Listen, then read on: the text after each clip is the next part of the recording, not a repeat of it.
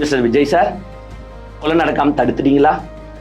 Mister Vijay sir, பாலியல் வன்கொடுமை நடக்காம தடுத்துட்டீங்களா? மிஸ்டர் விஜய் சார், திருட்டு எங்கேயும் நடக்காம தடுத்துட்டீங்களா? மிஸ்டர் விஜய் சார், கஞ்சா பழக்கம் முற்றிலும் ஒழிச்சிட்டீங்களா? பாலியல் வன்கொடுமை அண்ட் கொலை திமுக ஆட்சியில நடந்திருந்தால் இந்நேரம் அம்பியாக இருக்கும் எங்கள் முதலமைச்சர் விஜய் அவர்கள் அந்நியனாக மாறி இருப்பார். விஜய் ஆட்சி 50 ரூபாய்க்கு தான் நடிப்பாப்ல, இவங்க 500 ரூபாய்க்கு நடிப்பாங்க. ஒரு குழந்தைய பாலியல் வன்கொடுமை செஞ்சு கொலை பண்ணிட்டாங்களே, இதை பத்தி நீங்க எப்படி பாக்குறீங்க, என்ன நினைக்கிறீங்க அப்படின்னா?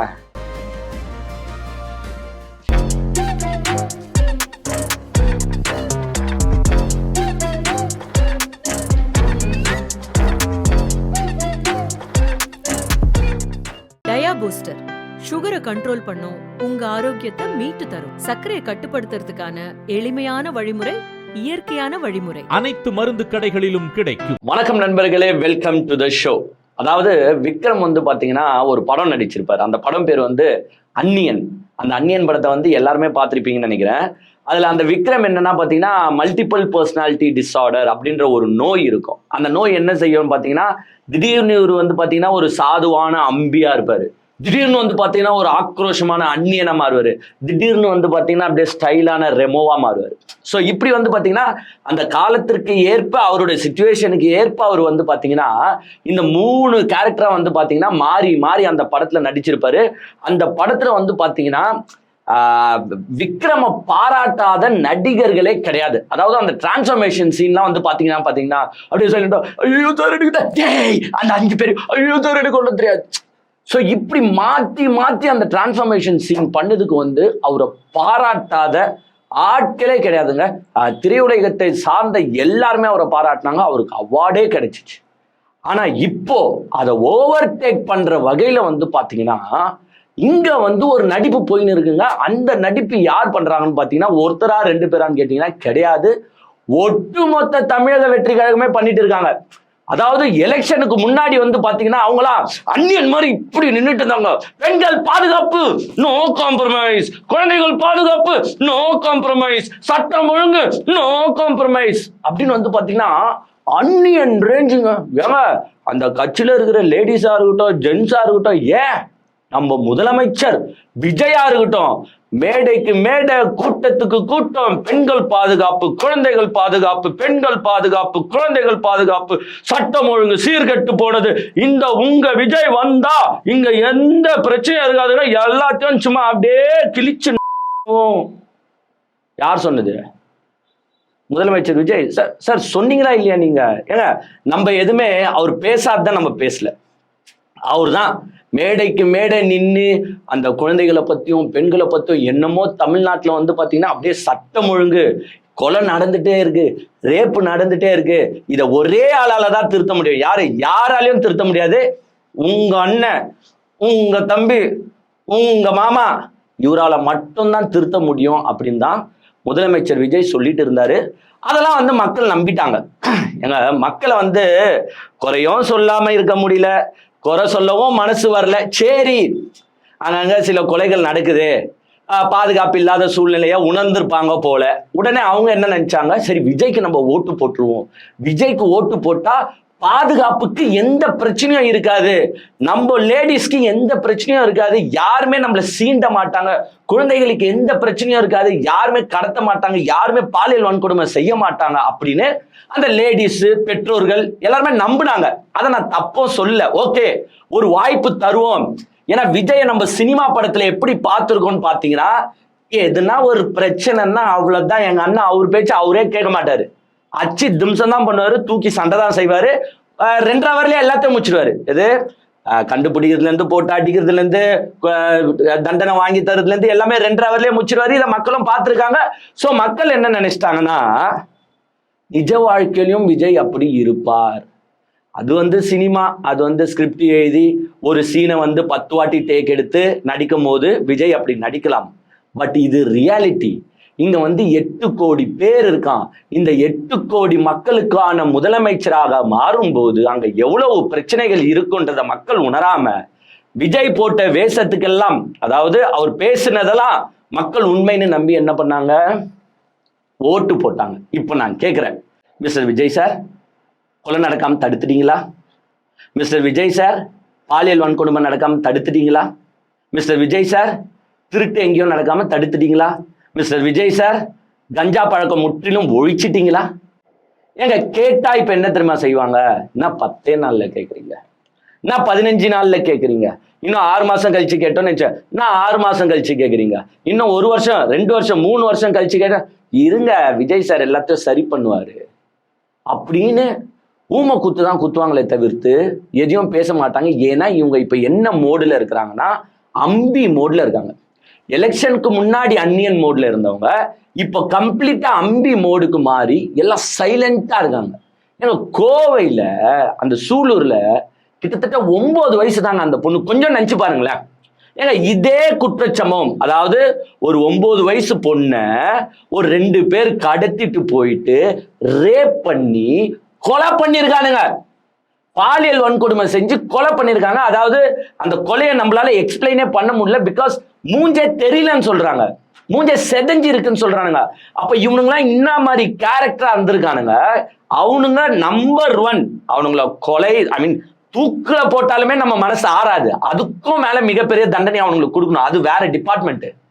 ஏங்க இந்த மாதிரி ஒரு சம்பவம் நடந்திருக்குங்க. இதுக்கு யார் பொறுப்புன்னு நான் ஃபர்ஸ்ட் கேட்கிறேன். ஏங்க யார் பொறுப்பு? தார்மீக பொறுப்பு யார் இதுக்கு? ஏங்க இதுவே இதே கொலை, இந்த கோவை சூலூர்ல நடந்த இதே பாலியல் வன்கொடுமை அண்ட் கொலை திமுக ஆட்சியில நடந்திருந்தால் இந்நேரம் அம்பியாக இருக்கும் எங்கள் முதலமைச்சர் விஜய் அவர்கள் அந்நியனாக மாறி இருப்பார்.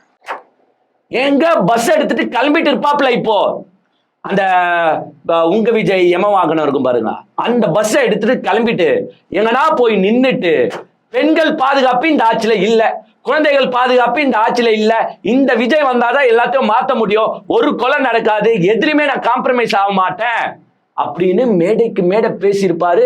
எல்லா பெண்களையும் கொந்தளிக்க விட்டு, எல்லா பெண்களையும் ஃபயர் விட விட்டுருப்பாரு. ஆனா இப்போ கம்ப்ளீட்டா அம்பி மோடுக்கு போயிட்டாப்ல. ஏன்னா மக்கள் ஓட்டு போட்டு நம்மளை ஜெயிக்க வைக்க மாட்டாங்க, நம்ம இப்படியே கதை வாரி விட்டுக்கினே சுத்தலாம் அப்படின்னு விஜய் நினைச்சாரு. ஆனா மக்கள் என்ன பண்ணிட்டாங்க, சரி விஜய் சார் நீங்க வந்தாதான் கொலை நடக்காதுல, சரி வாங்க பாப்போம் அப்படின்னு ஓட்டு போட்டான். அதுல விஜயே ஷாக்காயிட்டாப்ல. என்னங்க நான் சும்மா தான் கேட்டேன், அப்ப நான் காப்பாத்துவேன் நீங்க நினைச்சின்னு ஓட்டு போட்டீங்களான்னு விஜய் ஷாக் ஆயிட்டாப்ல. ஸோ அன்னியன் மோட்ல இருந்த விஜய் இப்ப என்ன பண்ணிட்டாருன்னா கம்ப்ளீட்டா அம்பி மோடுக்கு போயிட்டு சைலண்ட் ஆயிட்டாப்ல, எதுவுமே பேசல. திடீர்னு பார்த்தா ஒரே ஒரு அறிக்கை ஒண்டி வந்துருச்சு அந்த கொலை தொடர்பா. யாரும் கவலைப்படாதீங்க, அவங்களுக்குலாம் நான் உரிய தண்டனை வாங்கி தருவேன், இதெல்லாம் என்னால ஏத்துக்கவே முடியாது அப்படின்னு பாத்தீங்கன்னா அவர் எப்பவுமே செய்யற அறிக்கை அரசியல்ல செஞ்சிருக்காரு. நான் கேட்கிறேன், அறிக்கை விடுறதுக்கு அவங்கள நாங்க செலக்ட் பண்ணி சிஎம் ஆக்கி வச்சிருக்கோம். ஏங்க இதே மாதிரி ஸ்டாலின் ஒரே ஒரு அறிக்கையை விட்டுட்டு சைலண்டா இருந்தா விஜய் சும்மா இருந்திருப்பாரா? ஏங்க அறிக்கை விடுறதுக்கு நீங்க எதுக்குங்க விஜய் சார்? எங்களுக்கு நீங்க சண்டை செய்யணும். நாங்க உங்களை படத்துல எப்படி பார்த்திருக்கோம் தெரியும்ல, அந்த மாதிரி நாங்க பார்க்கணும். அறிக்கை யார் வேணாலும் விடுவாங்களேங்க. ஏன் ஸ்டாலின் சார் விடலாம், இல்லைன்னா ஏன் என்ன சிஎம் ஆகுனீங்கன்னா நான் கூட அறிக்கை சும்மா விட்டுட்டு ஜாலியா உக்காந்துப்பேன். அறிக்கை விடுறதுக்கு அவங்கள செலக்ட் பண்ணி வச்சிருக்கோம். இதே கொலை திமுக ஆட்சியில் நடந்திருந்தால் இப்போ விஜய் சார் என்ன தெரியுமா சொல்லியிருப்பாரு, செத்து போன பொண்ணு நமக்கு திருப்பி கிடைக்குமாங்க. என்ன ஸ்டாலின் சார் என்ன பண்ணிட்டு இருக்கீங்க? அந்த குழந்தை என்ன பாவம் பண்ணிச்சு? கேட்டதெல்லாம் தப்பே கிடையாது. ஏங்க எஸ், எந்த கொலையும் யாருமே ஏத்துக்க முடியாது. But Vijay sir why are you silent நான் ஒன்னு கேட்கிறோம். வயலண்டா மாறுங்க, பாதுகாப்பு இல்லைங்க. ஏங்க கொஞ்சம் நினைச்சு பாருங்க, அந்த 9 வயசு பொண்ணு, அந்த பொண்ணோட கதறல் சவுண்ட்லாம் நம்மளுக்கு அது அந்த வலியை உணர்றவங்களுக்கு அது ரொம்பவே எக்ஸ்ட்ரீமிட்டியா இருக்கும். ஆனா இவங்கெல்லாம் அந்த வலியை உணர்ந்திருக்காங்களான்னா சத்தியமா கிடையாது. ஏங்க விஜயும் அந்த வலியை உணர்ந்திருக்க மாட்டாரு. ஏங்க அவங்க மினிஸ்டர்ஸ்ல இருக்கிறவங்க ஒண்டி உணர்ந்திருக்கிறாங்களான்னா, நான் தான் சொன்னேன்னா அம்பியா விஜய் மட்டும் மாறல, அம்பியா ஒட்டுமொத்த தமிழக வெற்றி கழக கூடாரமும் இருக்கு. அதுல நம்ம ஒருத்தரை பத்தி பேசி ஆகணும். அதாவது மாண்புமிகு அமைச்சர் கீர்த்தனா அவர்கள். இவங்க விஜயாச்சி 50 ரூபாய்க்கு தான் நடிப்பாப்ல, இவங்க 500 ரூபாய்க்கு நடிப்பாங்க. அதாவது எலெக்ஷனுக்கு முன்னாடி இவங்க போட்ட அன்னியன் வேஷம்லாம் இருக்கு. அப்படியே அந்த கேமரா ஆங்கிள்லாம் இப்படி ஜூம்ல செட் பண்ணுவாங்க. ஒரு வீடியோ பார்த்தேன், அப்பா நானே சாகாயிட்டேன். ஏக்கா என்னக்கா இப்படிலாம் நடிச்சிருக்கீங்க, அப்போ நீங்க வந்துட்டா அறுத்து தள்ளிடுவீங்களேக்கா அப்படின்னு நானே நினைச்சிட்டேன். பெண்ணடிமை பண்ற பெண்ணடிமை பண்கிற ஒரு அரசாங்கம் உங்களுக்கு தேவையான்னு யோசிச்சுக்கோங்க. இத்தனை ஓடி போனவரு தோத்துரு ஓடி தொகுதி விட்டு ஓடி போனவரு இன்னைக்கு தைரியமா உங்க முன்னாடி வந்து கேள்வி கேட்டுட்டு இருக்காரு. அப்படிப்பட்ட அரசாங்கம் தேவையில்லை பெண்களே. இந்த பெண்மணி ஜெயிக்கணும்னா இங்க இன்னைக்கு நான் சொல்றேன் ரிசல்ட்ல ஜெயிக்கணும். இங்க இருக்க அத்தனை பெண்மணிகளும் அங்க இருக்க அத்தனை பெண்மணிகளும் ஜெயிக்கணும். அப்படி மூஞ்சாண்ட வச்சுட்டு இந்த பெண் அடிமை மிக்க ஆட்சி நமக்கு தேவையா, எங்களெல்லாம் இப்படி பண்றாங்க, இதெல்லாம் மாறணும்னா நீங்க விசை சின்னத்துக்கு ஓட்டு போடுங்க அப்படின்னு பெண் அடிமைத்தனம், பெண்ணுக்கு வந்து பாதுகாப்பு இல்ல, குழந்தைகளுக்கு பாதுகாப்பு இல்ல, அப்படி இப்படின்னு ஆக்ரோஷமா வயலண்டா பேசின எங்க அண்ணியன் கீர்த்தனா அக்கா நேத்து கேக்குறாங்க. மேடம், இந்த கோயம்புத்தூர் சம்பவம் வந்து தமிழ்நாட்டை ஒரு பரபரப்பாக்கி இருக்கு. ஒரு பெண்ணா நீங்க அதை என்ன எப்படி அந்த சார் இப்போ அட்மினிஸ்ட்ரேட்டிவ் ரிலேட்டடா பேசுவோம் சார். பொலிட்டிக்கல் ரிலேட்டடா 6 o'clock பாலியல் சம்பந்தமா நடந்திருக்கிறதுனால ஒரு பிரச்சனை. ஒரு பெண் என்ற முறை நீங்க அந்த வழக்கு எப்படி பாக்குறீங்க, அதுக்கு என்ன மாதிரி நடவடிக்கை எடுத்துக்கீங்க உங்க அரசு தாவைக்கா இருக்கு? தலைவர் என்ன முடிவு எடுத்தாலும் கரெக்டா இருக்கும் சார். எங்க சூலூர்ல இப்படி வந்து ஒரு குழந்தைய பாலியல் வன்கொடுமை செஞ்சு கொலை பண்ணிட்டாங்களே, இதை பத்தி நீங்க எப்படி பாக்குறீங்க, என்ன நினைக்கிறீங்க அப்படின்னா ஒன்லி அட்மினிஸ்ட்ரேட்டிவ் கொஸ்டின்ஸா கேளுங்க. பொலிட்டிக்கல் என்ன இது அட்மினிஸ்ட்ரேட்டிவ் கொஸ்டின்ஸ் தான், இதுக்கு ஆன்சர் பண்ண முடியாதா? அது என்ன சிரிப்பு வேண்டியது கிடைக்கு? ஏன் எனக்கு ஒன்றும் தெரியல. அந்த பத்திரிகையாளர் திருப்பியும் கேட்கிறாரு, இல்லைங்க ஒரு பொண்ணா நீங்க இதை எப்படி பாக்குறீங்க, இது ஒரு பெண்ணா, பெண்கள் கிட்ட தானே அந்த கேள்வியை கேட்க முடியும். ஏன்னா அந்த வலியை உணர்பவர்களா இவங்க யாரை பாக்குறாங்கன்னா ஒரு தாய்மார்களையோ ஒரு பெண்ணையோ தான் பார்ப்பாங்க. அதனால அவர் கேட்கிறாரு, ஒரு பெண்ணா நீங்க எப்படி பாக்குறீங்கன்னா சிரிச்சிட்டு தலைவர் விஜய் எது பண்ணாலும் கரெக்டா தான் பண்ணுவாரு. ஏன் கொந்தளிக்க வேண்டியது தானே? இப்ப கொந்தளிங்க, இப்ப பேசுங்க, சட்டம் ஒழுங்கு சரியில்லைங்க, இங்க பாருங்க ஒரு 9 வயசு பொண்ணு இப்படி சித்திரவதை ஆக்கி கொலை பண்ணிருக்காங்க, இது சரியா இல்லைங்கன்னு. ஏன்னா ஜஸ்ட் ஒரு 20 days 25 daysக்கு முன்னாடிலாம் இப்படிதான் பேசுனீங்க, ஒரு 1 monthக்கு முன்னாடி வரைக்கும் இப்படிதான் பேசிருந்தீங்க. ஏன் இப்ப பேச வேண்டியது தானே? என்னங்க சிரிப்பு வேண்டியது கிடைக்கு? ஒரு கொலை நடந்திருக்கு, ஒரு பொண்ணு செத்து போயிருக்கு, இப்போ ஒரு அமைச்சர் இப்படி சிரிச்சுக்குன்னு பேசினா அந்த பெண் ஃபேமிலியோட வேதனையை கொஞ்சம் அனுபவிச்சு பார்த்தீங்களா? அந்த அப்பா அம்மா எப்படி நினைப்பாங்க, அவங்க ரிலேஷன் எப்படி நினைப்பாங்க, இல்ல ஒட்டுமொத்த தமிழ்நாட்டு மக்களே உங்களை எப்படிதான் பார்க்கும்? என்னையா இது? அவன்னா ஹாப்பி பர்த்டேன்னு சொன்னாங்களா உங்ககிட்ட? இல்ல நான் அமைச்சர் கீர்த்தனாவை கேட்கிறேன், நீங்க சிரிக்கிறீங்களே, அவர் என்ன பத்திரிகையாளர் மேம் ஹாப்பி பர்த்டே மேம் அப்படின்னு சொன்னனால சிரிச்சிங்களா? இல்ல ma'am happy anniversary wish ma'am அப்படின்னு சொன்னனால சிரிச்சாங்களா? இல்ல மேம் 10th நிறைய மார்க் எடுத்திருக்கீங்க மேம் அப்படின்னு சொன்னனால சிரிச்சிங்களா? ஏன்னா கொலையை பத்தி கேட்குறாங்க. ஏன்னா ஒரு சாதாரண மனுஷன், இதுக்கு அமைச்சரா இருக்கணும் எம்எல்ஏவா இருக்கணும்லாம் கிடையாது, ஒரு சாதாரண லேமேன் கிட்ட போயிட்டு சரி இது மாதிரி ஒரு கொலை நடந்திருக்கு நீங்க எப்படி சார் பாக்குறீங்கன்னா அவன் ஃபீலிங்கா பேசுவான். ஏன்னா இதெல்லாம் ஏத்துக்கவே முடியாதுங்க. அவன் கண்ணுல இருந்து தண்ணி ஊத்தும், ஆட்டோமேட்டிக்கா ஊத்தும். ஆனா நீங்க மக்கள் ஓட்டு போட்டு உங்களை எம்எல்ஏ ஆக்கி இருக்காங்க, விஜயும் நீங்க நல்லா அப்படியே கிழிச்சு தள்ளுவீங்கன்னு உங்களை அமைச்சர் ஆக்கி இருக்காரு. ஆனா நீங்க ஒரு பெண்ணா இருந்துகிட்டு அவங்க கேட்கிற கேள்விக்கு சிரிச்சிட்டு இருக்கீங்க. இதே மாதிரி திமுகல ஒரு அமைச்சர் ஒரு கொலை நடந்த பிறகு சிரிச்சுக்கிட்டு பதில் சொன்னா இந்நேரம் ஐயோ இந்த வர்ச்சுவல் வாரியர்ஸும் சோசியல் மீடியாவும் கொந்தளிச்சிருப்பானுங்க பாருங்க. ஏன் இப்ப கொந்தளிங்க, இப்ப பேசுங்க.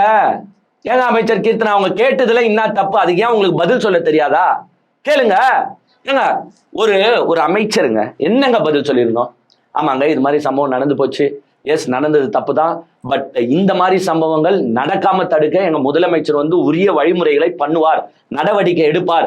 யாரும் மக்களே மனம் தளராதீங்க, விஜய் இருக்காரு, நம்மளை பார்த்துப்பாரு, இனிமேட்டு இந்த சம்பவம் நடக்காது. இல்லைண்ணே இதுக்கு மேல என்னத்த சொல்ல போறீங்க? ஆனா இதெல்லாம் சொல்ல தெரியாத ஒரு ஆளை நம்ம எம்எல்ஏ ஆக்கியிருக்கோம், நம்ம அமைச்சர் ஆக்கியிருக்கோம். அப்புறமா இங்க எங்கிருந்து உருப்பட போகுது? ஏன்னா மினிஸ்டர்ஸ் தான் இப்படி இருக்காங்களான்னு பார்த்தா மினிஸ்டர்ஸ் மட்டும் கிடையாது. ஏன்னா இங்க நடக்கிறது ஒரு சிரிப்பு ஆட்சி நடந்துட்டு இருக்கு. ஆக்சுவலா யாருமே சீரியஸா இல்ல, ஏன்னா யாருமே உழைச்சி முன்னேறல.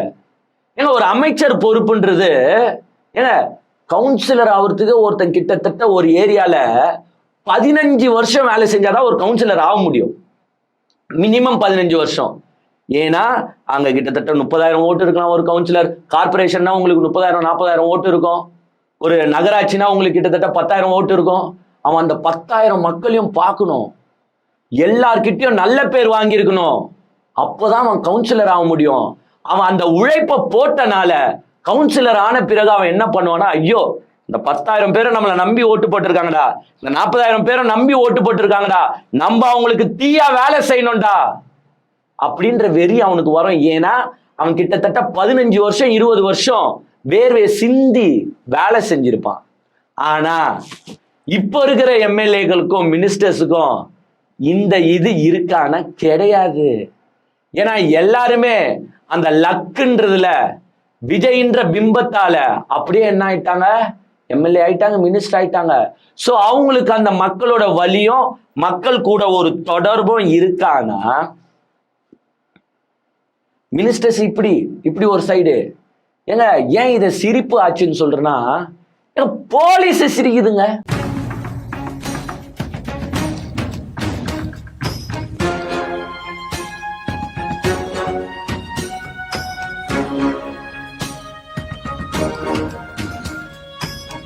கேஸை எடுத்து கையாளுற அவங்க இது பாருங்க, பிரஸ் மீட் நடக்குதுங்க. ஒரு ஒரு கொஞ்சம் நினைச்சு பாருங்க, இது சாதா விஷயங்க. இதே ஒரு திருட்டு நடந்து போச்சு, நீங்க உட்காந்து காமெடி பண்ணுறீங்கன்னா கூட பிரச்சனை கிடையாது. ஒரு பிரஸ் மீட்டை நீங்க தான் அரேஞ்ச் பண்றீங்க. திடீர்னு யாரோ எடுத்துன்னு வந்து கேமரா உங்க முன்னாடி நீட்ல ஒரு பிரஸ் மீட்டை நீங்க தான் அரேஞ்ச் பண்றீங்க. கேமராஸ் ஆன்ல இருக்கும்னு தெரியும். ஏன்னா நீங்களா சாதா மக்கள் கிடையாது, நீங்களா ஐஏஎஸ் ஐபிஎஸ் படிச்ச மக்கள். உங்க முன்னாடி கேமரா இருக்கு, ஒரு சென்சிட்டிவ் கண்டென்ட்டை நம்ம பேச போறோம். இந்த மக்கள் மேல ஒரு மரியாதை மதிப்பும் பயமும் இருந்திருந்தால், இல்ல இந்த முதலமைச்சர் மேல ஒரு மதிப்பு பயம் இருந்திருந்தால்,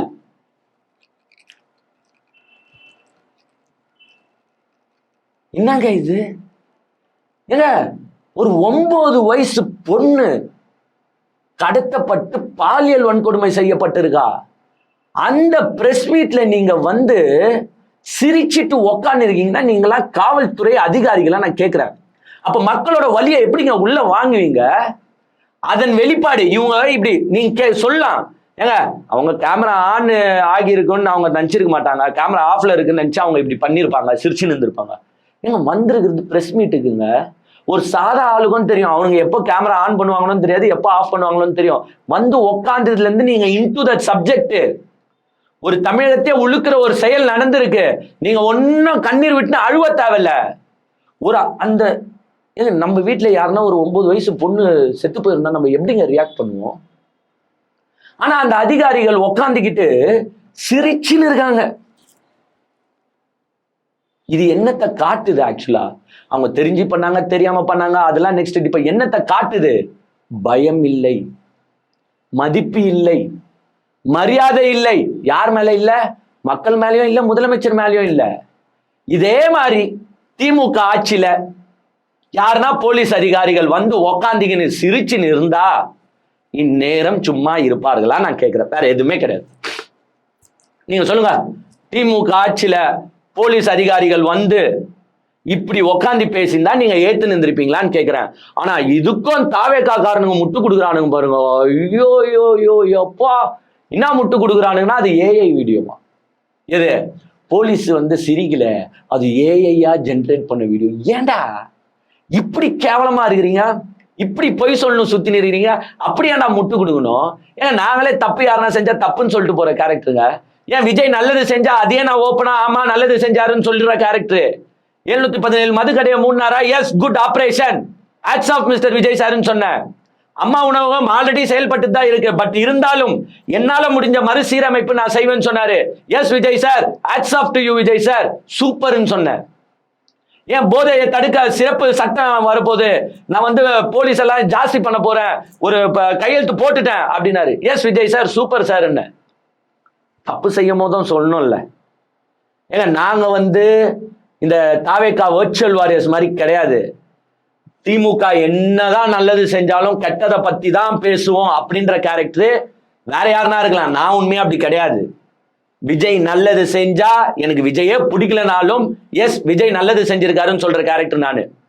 மக்களே சில பேர் லைக் பண்ண மாட்டாங்க, என்னப்பா திடீர்னு அவரு செஞ்சது நல்லதுலாம் நீ சொல்றியப்பா அப்படின்வாங்க. ஏங்க நான் அவ்வளவுதான். ஏன் பொய்லாம் நம்மளால சொல்லணும் சுத்த முடியாது. நல்லது செஞ்சா எஸ் நல்லது செஞ்சாருன்னுவேன், தப்பு செஞ்சா எஸ் தப்பு செஞ்சாருன்னுவேன். இதே ஒரு காவல்துறை அதிகாரிகள் இப்படி சிரிச்சுன்னு சுத்தி நின்றது டிஎம்கே ஆட்சியில நடந்திருந்தா நீங்க கேள்வி கேட்டிருப்பீங்கல்ல. அப்ப இதே ஆட்சியில நீங்க கேள்வி கேட்கணுமா இல்லையா? துறை ரீதியான நடவடிக்கை எடுக்கணுமா இல்லையா? அப்புறமா எப்படிங்க இவங்களுக்கு மக்கள் மேல மதிப்பு, பயம், மரியாதை இது எல்லாமே வரும்? ஏங்க இது ஆக்சுவலா அதுதான் நம்ம சொன்ன மாதிரி சிரிப்பா போயிட்டு இருக்குங்க இந்த கவர்மெண்ட். ஏன்னா ஒரு சம்பவம் நடந்துருச்சு, அதை எப்படி கையாளணுன்றது இருக்குல்ல. இதை முதலமைச்சர் விஜய் ஓகேங்க ஒரு அறிக்கை விட்டாரு, but that was too late. இதெல்லாம் வந்து நீங்க உடனே நடவடிக்கை எடுத்துருக்கணும். ஒரு அறிக்கை விட்டாரு, அறிக்கை விட்டா அப்புறமா தொலைபேசியில பேசியிருக்காரு போல. இதே நம்ம ஸ்டாலின் சார் பேசியிருந்தா நம்ம ஏத்துப்போமா? அவரு அஜித் கஸ்டடியல் டெத்துக்கு போன் போட்டு சாரி சொன்னாரு. என்ன இருந்தாலும் காவல்துறை என் கட்டுப்பாட்டுல இருக்கு, அந்த துறையால ஒரு அவப்பெயர் ஏற்பட்டு இருக்கு, அந்த துறையால ஒரு இது நடந்திருக்கு, கொலை நடந்திருக்கு, நான் மன்னிப்பு கேட்டுக்கிறேம்மா மனப்பூர்வமா அப்படின்னு மு.க. ஸ்டாலின் சொன்னாரு. அப்போ விஜய் சாரே என்ன சொன்னாருன்னா, சாரி கேட்டுட்டா போதுமா, அப்ப எல்லார்கிட்டயும் சாரி கேட்கணும் நீங்க அப்படின்னாரு. அப்ப இப்ப விஜய் சார் இதுக்கு நீங்க என்ன பண்ண போறீங்க? உங்க ஆட்சியில உங்க தலைமையில தான் போலீஸ் கண்ட்ரோல் இருக்கு. இப்போ 9 வயசு ஒரு பொண்ணு கடத்தப்பட்டு, ஏங்க நிறைய கொலை நடக்குது இந்த 15 நாள்லயே வந்து கொலை கொலை கொலை கொலை. இப்ப இன்னைக்கு நான் வீடியோ போட்டுட்டு போகும்போது கூட என்ன நடக்குமோன்னு நம்மளுக்கு தெரியல. கொலை கொலை கொலைன்னு தான் நம்ம நியூஸை கேட்டுன்னு இருக்கோம். வீட்டுல போய் டிவி ஆன் பண்ணாலே ஒரு கொலைன்னு வந்து நிற்கும் போல. அப்படி நடந்துட்டு இருக்கு. சட்டம் ஒழுங்கு சரியில்லாம போயிட்டு இருக்கு. என்ன ஆக்ஷன் நீங்க எடுக்க போறீங்க? ஒண்ணுமே இல்லையே. இதே திமுக ஆட்சினா இந்நேரம் நம்ம பேசியிருப்போம்ல. ஏன்னா என்ன சம்பவம் நடந்தாலும் அதை மூடி மறைக்க தான் பாக்குறாங்க. ஒண்ணும் இல்ல, அந்த ரிலேஷன்ஸே வந்து பாத்தீங்கன்னா நிறைய பேசுறாங்க. அந்த ரிலேஷன்லயே சுத்தி இருக்கிற உறவினர் வந்து ஒருத்தங்க பேசுறாங்க, எங்க குழந்தைங்களுக்கு ஒண்ணு நடந்துச்சுன்னா விடவே மாட்டான். அதுக்குதான் உங்களை திறமையான ஆளுன்னு சொல்லி ஆக்சன் ஹீரோன்னு நினைச்சிட்டு உங்களை கொண்டு வந்திருக்கிறோம் நாங்க. நீங்க படத்தில் காமிக்கிற மாதிரி எல்லாம் இங்க காமிக்கணும். ஏங்க விஜய், நீங்க நடவடிக்கை எடுத்துதான் ஆகணும். நீங்க படத்துல எப்படிலாம் பண்ணீங்களோ அந்த மாதிரி பண்ணிதான் ஆகணும். இங்க நாங்க அதனாலதான் உங்களுக்கு நம்பி ஓட்டு போட்டு இருக்கோம். யார் அந்த லேடி சொல்றாங்க. சோ விஜய இந்த மக்கள் எப்படி நினைச்சிட்டு இருக்காங்க பாருங்க. ஒரு ரெடிமேட் சேவியரா நினைச்சிட்டு இருக்காங்க. விஜய் வளர்ந்தா இங்க எதுவுமே கொலை நடக்காது, ரேப் நடக்காது, எல்லாமே நடக்காது அப்படின்னு நினைச்சுதான் உங்களுக்கு ஓட்டு போட்டு இருக்காங்க. நான் அந்த மக்களை தப்பு சொல்ல, நீங்க சினிமால நடிச்சதை பார்த்தனால அவங்க எஸ் இதுதான் ரியாலிட்டின்னு நினைச்சுன்னு இருக்காங்க. But is that a reality? அப்பனா நீங்க ஆட்சிக்கு வந்த பிறகு கொலையே நடந்திருக்க கூடாதுல, கொள்ளையே நடந்திருக்க கூடாதுல, ரேப்பே நடந்திருக்க கூடாதுல. இப்ப அந்த உறவினர்கள் கேட்கிற கேள்வி கரெக்டா தப்பா? கரெக்டா தானே கேட்கிறாங்க. நாங்க நீ படத்துல என்ன பண்ணுவீங்கன்னு நினைச்சோமோ அது மாதிரி ரியாலிட்டிலையும் பண்ணுவீங்கன்னு நினைச்சோம், பட் இங்க நடக்கலையே அப்படின்னு அந்த உறவினர்கள் கேட்டுன்னு சுத்துறாங்க. அதுக்கு விஜய் அவர்கள் என்ன பதில் சொல்ல போறார்? இப்படிதான் மக்கள் விஜய வந்து ஒரு மாய அந்த சினிமால என்ன பண்ணுவாரோ அப்படியே ரியாலிட்டியில பண்ணுவாருன்னு நினைச்சுன்னு. ஏன்னா அங்க இருக்கிற உறவினர்களே மாற்று கருத்தை சொல்றாங்க. அவங்க சித்தி பிரஸ் மீட்லாம் நிறைய நீங்க பாத்திருப்பீங்க. பாப்பாவை பாக்குற கூட அம்மாக்கு உரிமை இல்லையா சார்? பேரிகார்ட்லாம் வச்சு தடுத்தாங்க, அந்த பக்கம் விடவே இல்லை சார். போலீஸ் எல்லாம் நின்னுட்டாங்க சார். அவங்க அப்பா அந்த ஊருக்காரங்க 4-5 பேர் சேர்ந்து பாப்பாவை இமீடியட்டா கொண்டு போய் எரிச்சுட்டாங்க சார். நாங்கெல்லாம் ஒத்துக்கல சார், எங்க சைட்ல பாப்பாவை வாங்க மாட்டேன்னு சொல்லிட்டோம். அதனால என்ன பண்ணாங்க, அவங்க யாரு கன்வின்ஸா இருக்காங்களோ அவங்கள மட்டும் கூப்பிட்டு பேசி கொண்டு போய் எரிச்சுட்டாங்க சார். ஏங்க இங்க வந்து பாத்தீங்கன்னா எங்களுக்கு விஜய் சார் அறிக்கை தரணும், எங்க விஜய் சார் போன் போடணும் அப்படி இப்படின்றாங்க. அதனால தான் நான் அவங்களுக்கு சோ அந்த மொத்த குடும்பமே அந்த ஊரே விஜய்க்கு தான் ஓட்டு போட்டுருக்கு. என்ன நம்பி விஜய் வந்து ஒரு மாற்றத்தை தருவார்.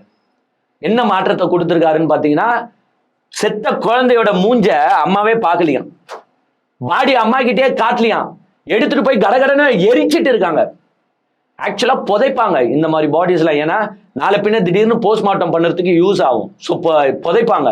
ஆனா இங்க என்ன பண்ணிருக்காங்கன்னா, இந்த சம்பவத்தை பெருசாக்க கூடாது, இதை அதோட மூடி மறைக்கணும், இதை செட்டில் அவுட் பண்ணணும்ட்டு எடுத்துட்டு போய் எரிச்சிட்டு இருக்காங்க. கட்ட கட்ட கட்ட கட்டன்னு பண்ணியிருக்காங்க. அப்பாவை வச்சுக்கணும் மட்டும் அம்மாவை கூடயே சேர்த்துக்கலாம். அந்த அம்மாவோட தங்கச்சி பேசுறாங்க, எங்க அக்காவை அலோவே பண்ணல, கடகடன்னு வந்து என்னமோ பண்ணி தூக்கிட்டு போய் 1 ஹவர்ல அரசு அதிகாரிகளோட எங்க அக்கா ஹஸ்பண்ட பேச வச்சாங்க, தூக்கிட்டு போய் எரிச்சிட்டாங்க. இதுல ஏதோ சூழ்ச்சி இருக்கோ மர்மம் இருக்கோ என்னன்னு எங்களுக்கு தெரியல அப்படின்னு அவங்க சொல்றாங்க. ஏன் இந்த வேகம்? இதுவே திமுக ஆட்சியில பண்ணியிருந்தா நம்ம என்ன பண்ணிருப்போம்? கேள்வி கேட்டிருப்போம்ல. ஏங்க குற்றவாளிகளை கண்டுபிடிப்பது பெருசு கிடையாது. ஏங்க அண்ணா யூனிவர்சிட்டி மேட்ரு நம்ம பேசணும்ல. ஞானசேகரன் யார் அந்த சாருன்னு ஞானசேகரன் எவ்வளவு நேரத்துல பிடிச்சாங்க? தப்புன்னு பிடிச்சிட்டாங்க. எங்க கோவை அந்த விமான நிலையத்துல ஒரு ரேப் நடந்துச்சுல, அதை எப்போ பிடிச்சாங்க? டப்புன்னு பிடிச்சிட்டாங்க. சோ எல்லாரையும் டப்புன்னு பிடிக்கலாம். எந்த கவர்மெண்ட் வந்தாலும் டப்புன்னு பிடிக்கும். டப்புன்னு பிடிக்கிறதுக்கு நீங்க கிடையாது விஜய் சார். இந்த சம்பவமே நடக்காம தடுக்கிறதுக்கு தான் நீங்க. இப்போ வர்ச்சுவல் வாரியர்ஸ் முட்டை எப்படி கொடுக்குறானுங்கன்னா பாத்தியா, 24 ஹவருக்குள்ளேயே எங்க அண்ணன் கண்டுபிடிச்சிட்டாரு. அதை யார் வேணாலும் கண்டுபிடிப்பாங்க. ஒட்டுமொத்த காவல்துறையும் என்கிட்ட கொடு, நானே கண்டுபிடிக்கிறேன் 24 ஹவருக்குள்ள. யார் வேணாலும் கண்டுபிடிப்பாங்க. இந்த சம்பவங்களே நடக்காமல் தடுப்பதுதான் விஜய் கிட்ட இருக்கு. மக்கள் அப்படிதான் நினைச்சு விஜய்க்கு ஓட்டு போட்டு இருக்காங்க. ஆனா இங்க பிரச்சனைகள் நாளுக்கு நாள் பாத்தீங்கன்னா ஜாஸ்தியாயினே போயிட்டு இருக்கு. இந்த சைடு வந்து பாத்தீங்கன்னா இந்த மர்டர்ஸ் நடந்துட்டு இருக்கு. ஒரு சைடு வந்து பாத்தீங்கன்னா உங்களுக்கு கரண்ட் இஷ்யூஸ். ஏங்க சென்னையில பல இடத்துல ஸ்தம்பிச்சு போய் நிக்கிறாங்க மக்கள். கரண்ட் இல்ல தொடர் மின்வெட்டு. ஏங்க ஒரு மாசத்துக்கு முன்னாடி வரைக்கும் அங்க மின்வெட்டே காணோம். எல்லாரும் நல்லா ஜாலியா தான் இருந்தாங்க. இந்த ஆட்சி வந்ததுக்கு அப்புறமா மின்வெட்டு பல இடங்கள்ல. ஆனா மாண்புமிகு அமைச்சர், மின்சாரத்துறை அமைச்சர் சிடிஆர் நிர்மல்குமார் என்ன சொல்றாருன்னா, இன்னும் ஒரு அந்த எலெக்ஷனுக்கு முன்னாடி போதையிலேயே இருக்காரு போல. அதாவது எல்லாத்துக்கும் திமுக மேல பழி போடுவாங்க பாத்தீங்களா, அதே மாதிரி இப்பயும் உட்காந்து என்ன சொல்றாருன்னா, இது யாரோ செய்யும் சதி செயல். இங்க வந்து கள்ள ஆடுகள் இருக்கின்றன, அவங்க வேணும்ட்டு எங்களுக்கு அவப்பேரை ஏற்படுத்தணும்ன்ற வகையில் இப்படி செயல்படணும். என்னையா இன்னுமே வா. இப்போ விஜய் தான் இன்னும் அறிக்கை விடாம இருக்கிறாரு, இது எல்லாத்துக்கும் காரணம் திமுக தாங்கன்னு. மற்றபடி இன்னுமே இவங்க என்ன பண்றாங்கன்னா திமுக மேல பழி. ஏங்க இதுதான் பயந்தாங்கோலி அரசுன்றதுக்கு பேரு. இப்ப ஒண்ணும் இல்லை ஏங்க, இவங்களெல்லாம் நம்ப முடியாது.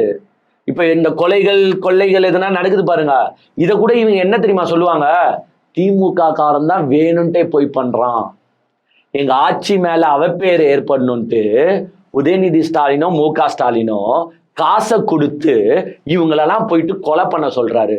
ஏங்க சொல்ல மாட்டானுன்றீங்களா? இவங்க பச்சையா சொல்ற கேரக்டர் தான் இவங்க. இந்த வர்ச்சுவல் வாரியர்ஸ்ன்றதே இருக்கிறது இதுக்குதான். ஃபேக்கு பரப்புற கும்பல் இருக்கிறதே இதுக்குதான். அதையும் இந்த மக்கள் நம்புமானா? எஸ் நம்புவாங்க. ஏங்க மக்களை சாதாரணமா நினைக்காதீங்க. இவனுங்க போடுற ஃபேக் நியூஸ் எதையுமே ஆராயிறது நம்ம மக்கள் கிடையாது. அதனால்தான் நம்மளுக்கு இந்த கிளாஸ் எடுக்கிறதே போர் அடிச்சு போயிடுச்சு. ஏன்னா மக்கள் உண்மை செய்தியை நம்ப மாட்டாங்க, ஃபேக் நியூஸை மட்டும் தான் நம்புறாங்க. நம்புறனால தானே ஓட்டு போட்டு இவங்களை ஜெயிக்க வச்சிருக்காங்க. ஏங்க கரண்ட் கட் ஆகுது, அதை போய் ஆக்ஷன் எடுத்தா அது என்ன பிரச்சனை, அதுல ஏன்டா இப்படிலாம் நடக்குது அதை பார்க்கல. யாரோ கருப்பாடுகள் செயல்படுகின்றன. என்னையா நான் நினைக்கிறேன் கரண்ட் ஏன் கட் ஆகுதுன்னு, அது விஜயோட மாஸ்டர் பிரெயின் நினைக்கிறேன். ஏன்னா உங்களுக்கு வந்து பாத்தீங்கன்னா 200 யூனிட் இலவசம் சொல்லியிருக்காரு. 500 யூனிட்டுக்கு கீழே ஓடனா, 500 யூனிட்டுக்கு மேல ஓடனா உங்களுக்கு இலவசம் கிடையாதுல்ல. சோ நீங்க ஏன் கரண்ட்டை யூஸ் பண்ணி நீங்க 500 தாண்டணும், உங்களை தாண்ட விடாம அதுக்குள்ளேயே வச்சுக்கிற, so that you can get free current 200 units. Master ஸ்ட்ரோக்கா கூட இருக்கலாம் விஜய். ஒவ்வொரு துறை அமைச்சரும் இப்படிதான் காமெடி பண்ணிட்டு இருக்காங்க. அங்க என்னன்னா ஒரு அமைச்சருக்கு என்ன துறைனே தெரியல, சுற்றுலாத்துறையா சுற்றுச்சூழல் துறையா, அவங்க ஆட்சிதாங்க. ஒரு அமைச்சரு சுற்றுச்சூழல் கொடுத்துருக்காங்க போல அவருக்கு. சுற்றுலாத்துறை எனக்கு தெரிஞ்சு காங்கிரஸ் கொடுத்துருக்காங்கன்னு நினைக்கிறேன். சுற்றுச்சூழலை சுற்றுலாத்துறைன்றாரு. அப்புறமா பத்திரிகையாளர் கரெக்ட் பண்றாங்க, ஏங்க அது சுற்றுலாத்துறை இல்லைங்க, சுற்றுச்சூழல் துறைங்க.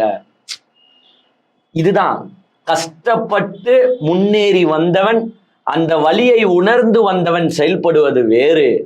ஏதோ காலப்போக்குல லக்குல அச்சுதுரா அப்படின்னு வந்தவன் செயல்படுவது இப்படிதான். என்ன துறைன்னு தெரியாமலாம் மினிஸ்டர்ஸ் இருக்காங்க இந்த ஊருக்குள்ள. இந்த லாட்ரி டிக்கெட் இவங்க கஷ்டப்பட்டு சம்பாரிச்சோம் 100 ரூபாய் கூட பார்த்து செலவு பண்ணுவானுவாங்க. ஆனா லாட்ரி டிக்கெட்ல அச்ச 1 கோடி எங்க போதுன்னே தெரியாதுன்னுவாங்க. அந்த மாதிரி வந்த கேரக்டர்ஸ் தான் இவங்களாம். இன்னொரு சைடு நம்ம மதுவிலக்கு அமைச்சர், அவர் வந்து இப்பதான் வந்து உண்மையை பேச ஆரம்பிச்சிருக்காரு. இப்பதான் பதவியே ஏற்றிருக்காரு. அவராச்சும் பரவாயில்ல உண்மையை பேசுறாரு. போற போக்குல என்ன சொல்லிட்டாருன்னா, இந்த பாட்டிலுக்கு 10 ரூபாவெல்லாம் ஏங்க அதெல்லாம் ஒரே அடியா மாத்த முடியாதுங்க. சினிமா படத்துல வர மாதிரிங்க ஒரே அடியா மாத்த முடியாது. It takes process. நல்ல வேலை உண்மையை சொல்லியிருக்காரு. ஏங்க நாங்கன்னா விஜய் மாதிரி சினிமா படத்துல நடிச்ச மாதிரிலாம் இங்க ஒன்றும் பண்ண முடியாது. பொறுமையா தான் எல்லாமே நடக்கும். இங்க பாட்டிலுக்கு 10 ரூபாய் இப்ப ஏன் வாங்குறாங்கன்னா, அந்த வந்து பாட்டில தூக்கி போட ஆள் வேணும், அங்க வந்து பாத்தீங்கன்னா ரெண்ட் கட்டுறதுக்கு இடம் வேணும், அங்க வந்து பாத்தீங்கன்னா கரண்ட் பில்லு கட்டணும். ஸோ இதனாலதான் வந்து பாத்தீங்கன்னா பாட்டிலுக்கு 10 ரூபாய் வாங்குறாங்க.